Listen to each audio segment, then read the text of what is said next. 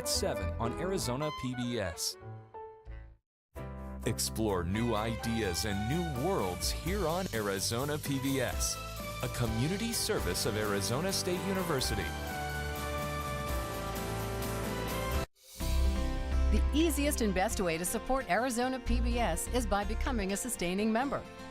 Your monthly contribution of $5 or more comes directly from your bank account or credit card, so you know your membership is always current. It also means no more renewal notices in your mailbox. So more of your dollars go to the programs you love. It's convenient for you, greener for us, and better for the planet. Become a sustaining member today.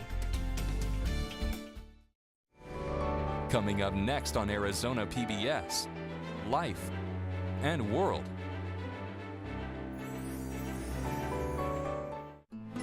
Coming soon to Arizona PBS. There are thousands upon thousands of species on planet Earth. Some creatures, the last of their kind. One of 5 left in the world. I'm National Geographic photographer Joel Sartori, and I'm on a mission. Traveling the globe, doing whatever it takes. Not a bashful birder.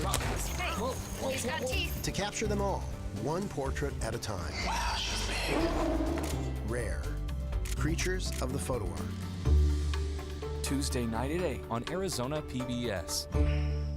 Feels so good to get these off. Released from prison. Freedom at last. Some people think being on parole is you're free. I'm better off sometimes in jail. Frontline examines how one state is trying to change the way parole works. The parole system needs to be completely reimagined. And whether it's making a difference. Sending them out and expecting them to be perfect, to abide by standards that don't apply to the rest of us. My life is pretty much ruined for the next 3 years. Tuesday night at 9 on Arizona PBS. Support for Arizona PBS comes from viewers like you and from Hospice of the Valley, medical, social, and spiritual care for patients nearing end of life, and support for their families. A not-for-profit community hospice, HOV.org. From the Cronkite Studios in downtown Phoenix, this is Cronkite News. Rain, hail, and lightning as thunderstorms slam the state. We've got team coverage on the Valley's first monsoon storms. And a Phoenix library drenched by the rainstorm when regulars can expect to get back to the books. Plus, we meet a local storm chaser who gets up close and personal with these storms. Cronkite News starts now. Good evening and welcome to Cronkite News on Arizona PBS. I'm Blakely McHugh. And I'm Tyler Finger. Thank you for joining us. The first monsoon storms of the season swept through the valley this weekend, leaving flooding, power outages, and other damage in its wake. And the National Weather Service says it's not done yet. We have team coverage on this weather system and how it's affecting the community. But we begin tonight with a look at the damage left behind. Patricio Espinoza has been following the storm's aftermath and shows us how neighbors are helping neighbors. Heavy rain flooded streets and power outages left trees down and cleaning crews working full-time today. When the tree hit the line, it just snapped in the pole, and I wasn't aware where it was snapped. That's why it wasn't snapped there, and it happened to snap in the middle. Daryl Brosha noticed last night his 70-year-old pine tree cracked almost in half. Taking down power lines, all he could do was think about his neighbors. When it was down in the grass, in the water, it was live. And being live electricity would have killed somebody. We came home and found that the tree had fallen onto our porch and our backyard and the power line. Me and the kids ran inside, didn't think anything of it. My husband went around the back just to make sure his tools and the animals were okay. SRP contractor crews were cleaning up today, but power here was still out. The company says at the height of the storm, 23,000 customers lost power at some point. We have 27 tree crews that can respond at a moment's notice in the event of an emergency. Amber and her family were told it may take days before power is restored to their home. She, her husband, and 2 kids are moving to a hotel. More storms expected tonight and through this week. The National Weather Service has issued storm warnings for the area and asked residents to be prepared. In Mesa, Patricio Espinoza, Cronkite News. KPS reports 18,500 customers lost power at some point during last night's storm, but when we checked a little bit ago, those outages were down to just a few dozen. The Burton Bar Central Library is closed after Saturday's storm took part of the roof off. Cronkite News reporter Holly Bernstein joins us at the library with the latest on the damage. Holly? Saturday night's storm damaged the roof and broke a sprinkler water line. Now that water has been sprinkling and trickling down through all 5 floors. I usually come like every week practically. Frank Varela is a regular visitor at Burton Bar Central Library who says a temporary closure due to this weekend monsoon storm will affect his routine. While there are 16 other libraries in Phoenix, Varela says he only visits Burton Bar. Because I live in the central area, so I'm a lot closer to this one. Today, the Phoenix Fire Department and library staff held a news conference to talk about the damage to the collection. According to Community Relations Manager for Phoenix Public Library, Lee Franklin, the northwest quadrant of the 5th floor had a lot of book damage. A lot of those floors that house our collection, those books were not affected. So right now what we're discovering is that we actually have a larger portion of our collection that was not affected versus the portion that was.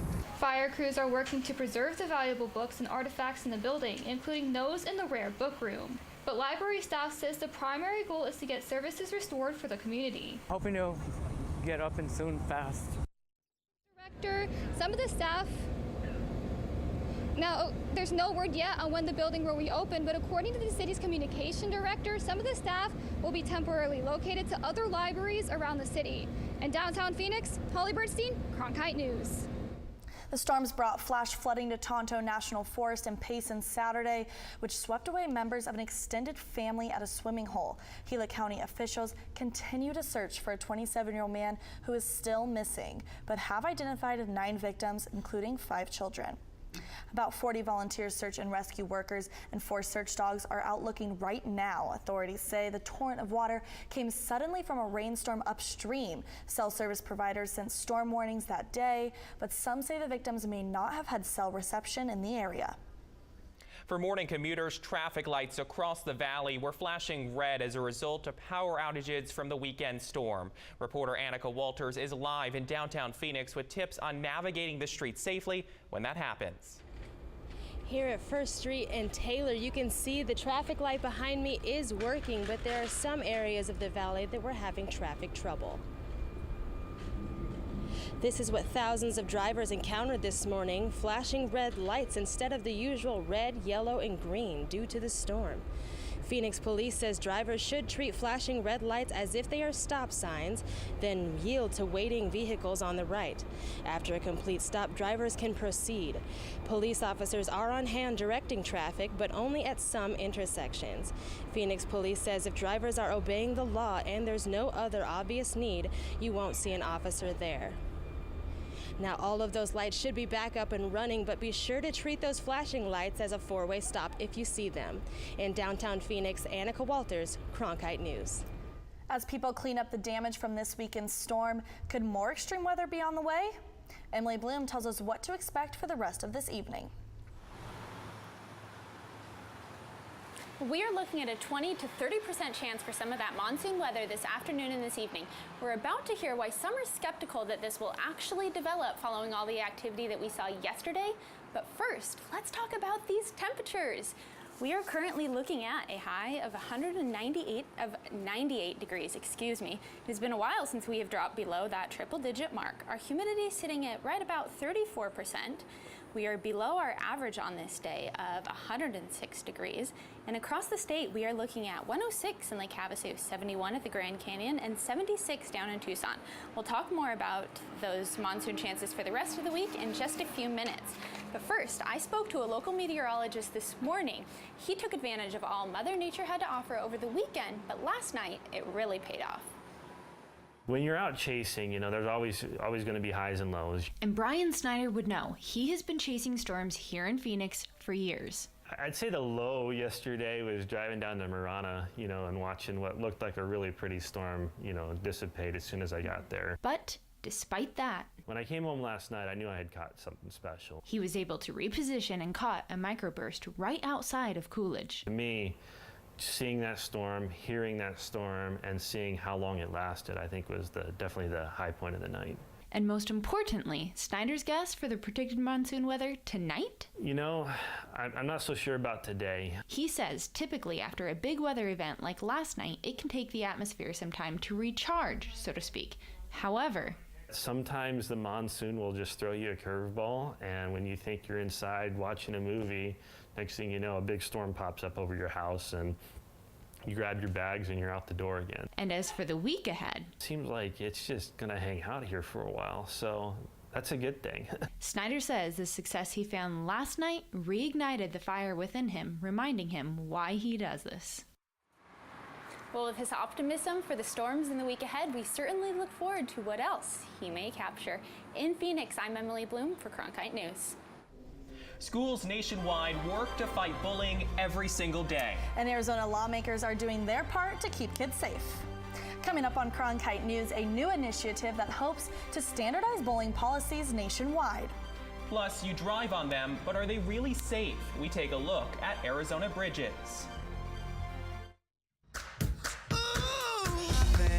I finally found my hallelujah.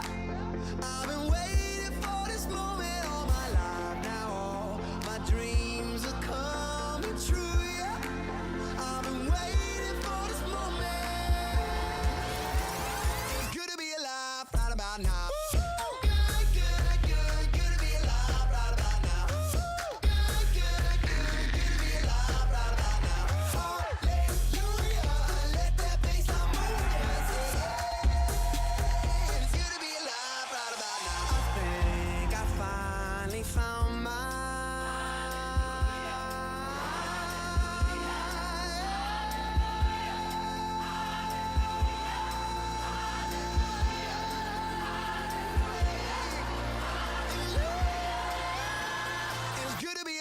Right about now.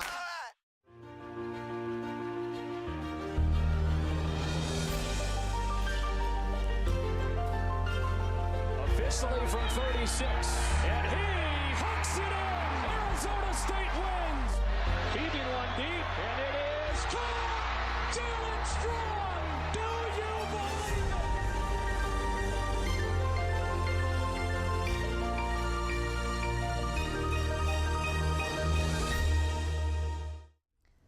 Senator John McCain is recovering at home here in Arizona after undergoing surgery to remove a blood clot on Friday. The Senate panel that he leads will continue with business as usual. The Armed Services Committee says Republican Senator James Inhofe from Oklahoma will act as chairman during McCain's absence.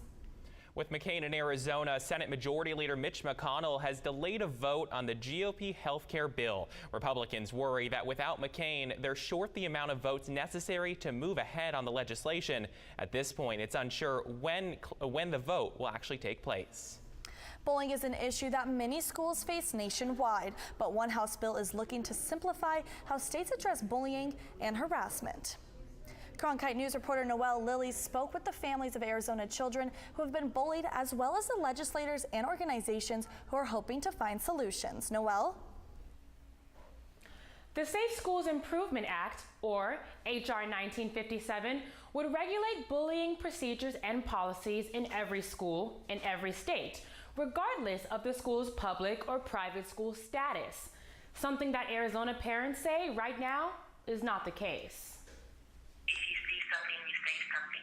You stand up for people that can stand up for themselves in that moment. You don't just stay quiet and just let things happen. H.R. 1957, also known as the Safe Schools Improvement Act, is an anti-bullying bill that would tighten the expectations for how school districts or local education agencies handle and prevent bullying or harassment. A bill that has drawn support from Arizona Congresswoman Kyrsten Sinema, among others. The Safe Schools Improvement Act is federal legislation that creates a national standard requiring school districts across the country to create policies and enforce them for bullying against children. In Arizona, we do have an anti-bullying statute on the books, but there are differences in enforcement and policies from school district to school district. Those differences have sometimes led to bullying incidents, particularly at private schools. They had no anti-bullying. In this day and age, bullying is such a hot topic that you would think that they would have some kind of training in place for these kids.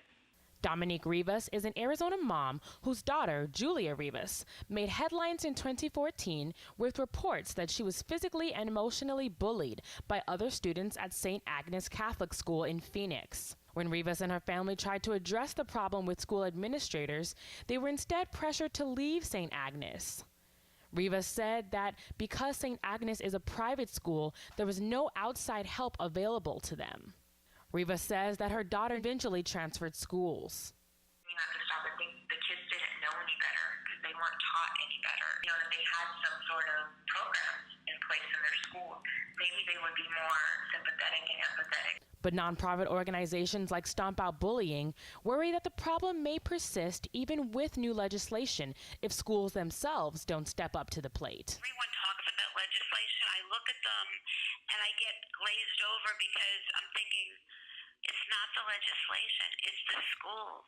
The schools need to step up and protect their children. But Sinema and other politicians believe that the bill could still make a difference. The first step is education. And the second step is to create policies that protect all students and that provide guidance for staff and teachers to follow in protecting children. A spokesman for the Diocese of Phoenix could not comment on the specifics of the St. Agnes case, but he did say that schools have policies, quote, to prevent bullying, to provide discipline, and to teach why good conduct is an expression of God's will. The Safe Schools Improvement Act was referred to the House Committee for Education and the Workforce, but has yet to have a hearing. Live in Washington, Noelle Lilly, Cronkite News. Post-traumatic stress disorder can affect anyone. But the recovery process often does not come easy. Coming up on Cronkite News, a psychotherapy treatment that helps victims to see their trauma in a new, less disturbing light. A look at your full 7-day forecast and just how long these slightly cooler temps will stick around, coming up. Heaven knows you're a dreamer. Don't hide it from anyone. Don't hide it from anyone. Hey, would you believe me if I said we are here for a reason now? This is our life. This is what counts. This is for us. I will go anywhere for you.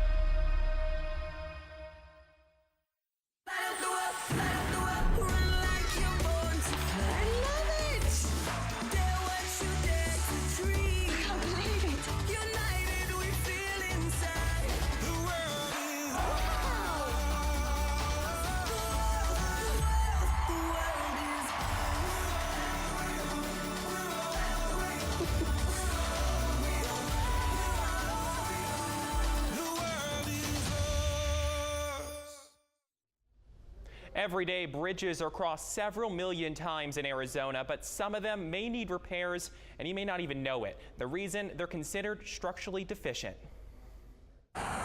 Chances are you've crossed one.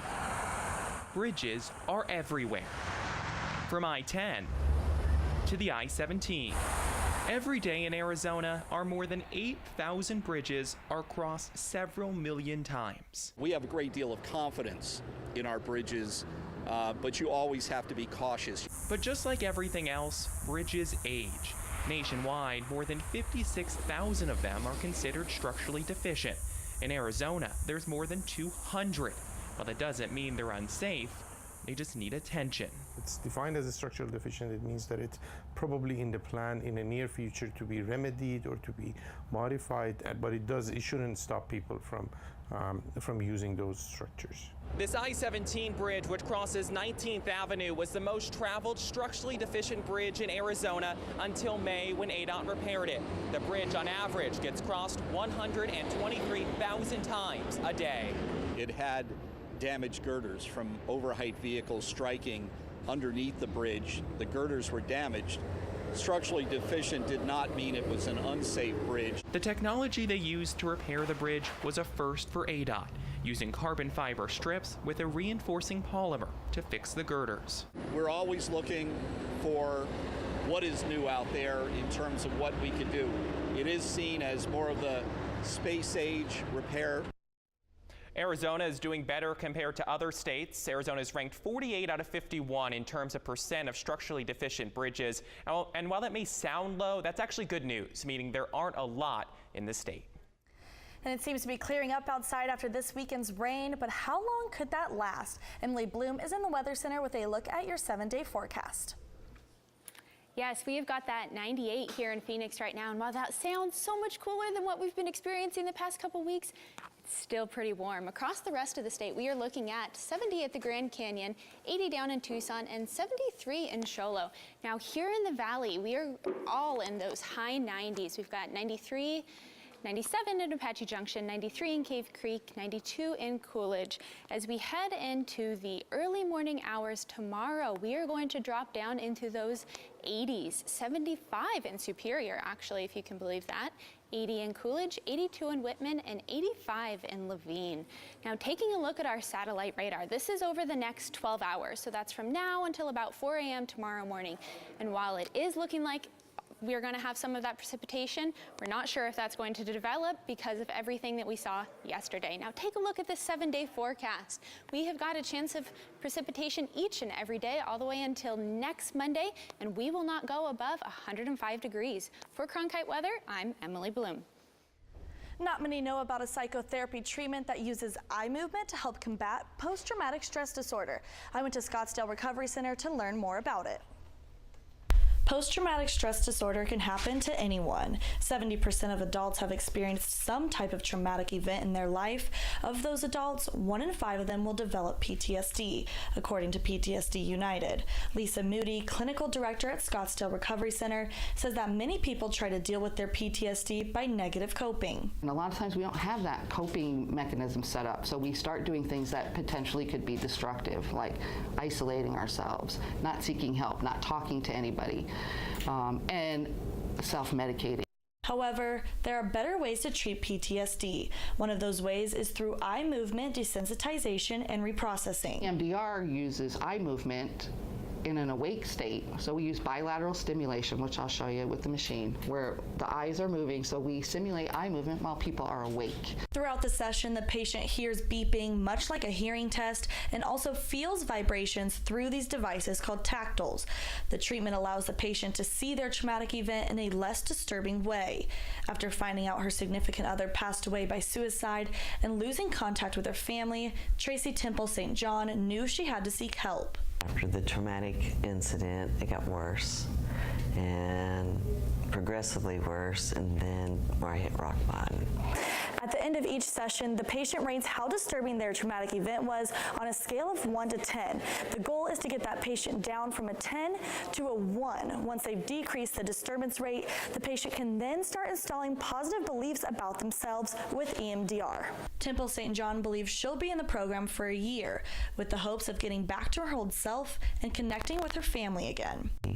The happy-go-lucky, but your intellectual, be able to carry that conversation on again, and be able to spend time with my grandson.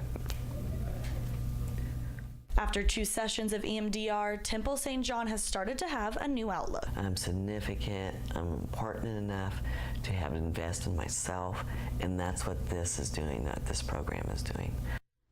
Anyone can use EMDR therapy, and treatment length can vary depending on the severity of the trauma. The U.S. Department of Veterans Affairs has also claimed this as an effective means for helping veterans with PTSD. The Arizona Coyotes have seen a lot of change in the last month. Coming up on Cronkite News, how a new president could mean a new arena is on the horizon. Heaven knows you're a dreamer. Don't hide it from anyone. Don't hide it from anyone. Hey, would you believe me if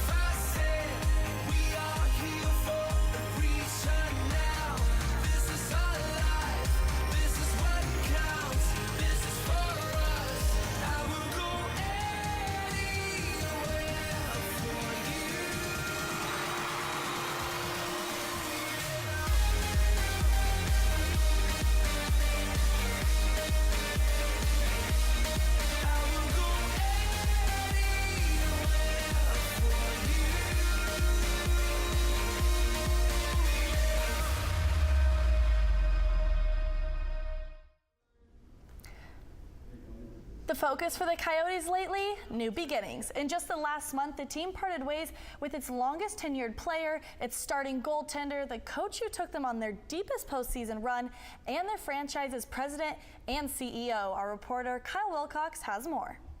For the last 2 years, the Coyotes have been searching for a new home in the Valley, but owner Anthony Barroway is confident the franchise's new leadership will finally bring that journey to an end. New Arizona Coyotes president and CEO Steve Patterson understands that the quest for a new arena is never simple. These deals are like vampire movies, right? It's got to go in the grave half a dozen times and come back out, hopefully 7 times. In his 30-plus year career in sports, Patterson has an extensive history with sports facilities operations. While working in various leadership roles in Arizona State's athletic department, including as athletic director, Patterson launched the renovations currently underway at Sun Devil Stadium and is responsible for the 425-acre sports facilities district. He also managed the development of Houston's NRG Stadium while working as a chief development officer for the Houston Texans. Coyotes owner Andrew Barroway says a new arena for his team is a top priority. We're going to get a new stadium here. It's just a question of when. Failure's not an option. It has to get done. By the way, I'd like it done quicker rather than later, but we have to get it done. Earlier this year, a proposed deal with ASU to bring the Coyotes to Tempe fell apart. Phoenix Mayor Greg Stanton has previously said he would like to see the team move to downtown Phoenix. There has also been speculation the team would leave Gila River Arena for a new venue in Mesa near Sloan Park or a building near Salt River Fields at Talking Stick, adjacent to North Scottsdale. We're willing to talk to anybody in the valley to make sure that we have a successful arena solution that provide stability for the franchises and the resources to support the hockey operation.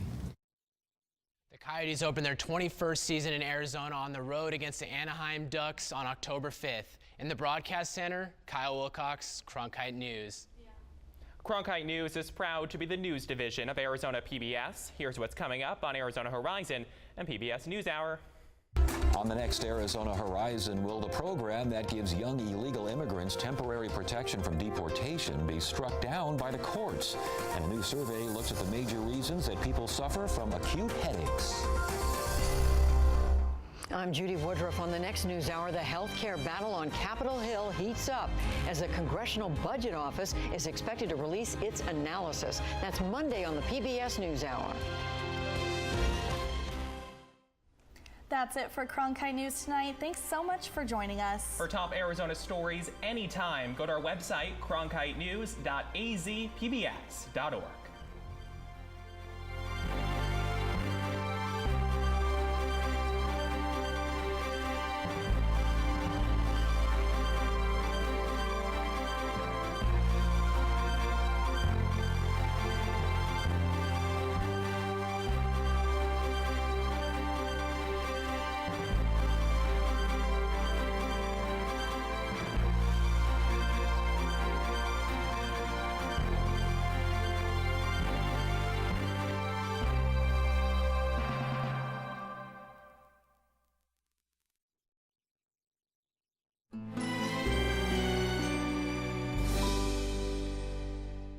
Next time, Antiques Roadshow compares the past with the present for an update on Seattle's best treasures. Pretty good for discarded food cans. Yeah.